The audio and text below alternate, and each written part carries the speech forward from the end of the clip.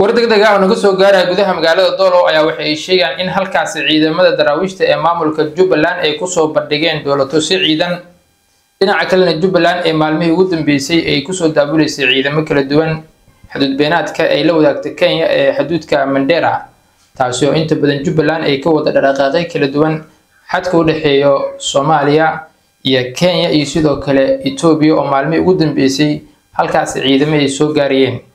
haddaba intaan u gudagelin warbixintaas oo dhameystiran fadlan marka hore muuqaalka like noo saar sidee u aragtaa in Jubbaland ay soo rogaal celisay oo ciidamo hor leh ay ku soo daabuleyso xuduud beenaadka ay la wadaagto Soomaaliya ee Mandera halkaas oo ciidamo hor leh ay keenayso dhinaca kalena ciidamo hor leh halkaas tababar ay ugu fureyso warbixintaas ayaan diiradda ku saari doonaa ay saaxiibayaal soo dhawaada waa hagaag wararkan ka helin gudaha magaalada Doolow ayaa waxay sheegayaan in halkaas ciidamada daraawiishta ee maamulka Jubbaland ay ku soo bandhigeen dowladda si ciidan oo kala duwan sida muuqaalada hordhaca aad ka arkaysaan dhinaca kale maamulka Jubbaland ayaa maalmihii ugu dambeysay waxa ay ciidamo hor leh ay ka soo daabulayeen magaalada Kismaayo taasi oo keenayay xuduud beenaad ku dhaxeeya Kenya iyo sidoo kale Soomaaliya saddex xagalkaas uu yahay mid u dhaxeeya Kenya Ethiopia iyo sidoo kale Soomaaliya ciidamada maamulka Jubbaland ayaa waxa laga saaray magaalada Balad Xaawo horaantii bishii hore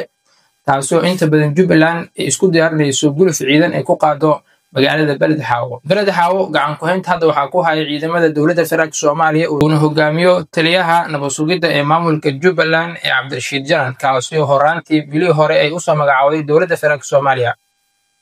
haddaba inta badan Jubbaland ayaa waxay isku diyaarinaysaa in ay mar kale ay guluf ciidan ay ku qaado Balad Xaawo taasi oo gacanteeda ay isku dayeyso in ay soo gasho magaalada Balad Xaawo sidoo kale ciidanka ku sugan saddex xagalka u dhaxeeya Kenya iyo sidoo kale Ethiopia ayaa inta badan waxa ay dareemayaan cadaadis xoog leh oo kaga imaanaya dhinaca magaalada Mandera taasi oo shacabka magaalada Mandera ay balan ay ku qaadeen in ay ka bixin doonaan halka ay ka joogaan ciidanka Jubbaland ee Kenya taasi oo inta badan shacabka magaalada Mandera ay walaa xoog badan ay ka muujiyeen magaalada Balad Xaawo ayaa waxay magaalo inta badan mashaariic kala duwan ay ka socoto dhinaca kalena Balad Xaawo waxa ay caan ay ku ahayd in uu ganacsigu ahaa mid inta badan si saa'id ugu socdo maadaama ay diris ay leeyihiin labada wadan ee Kenya iyo sidoo kale Ethiopia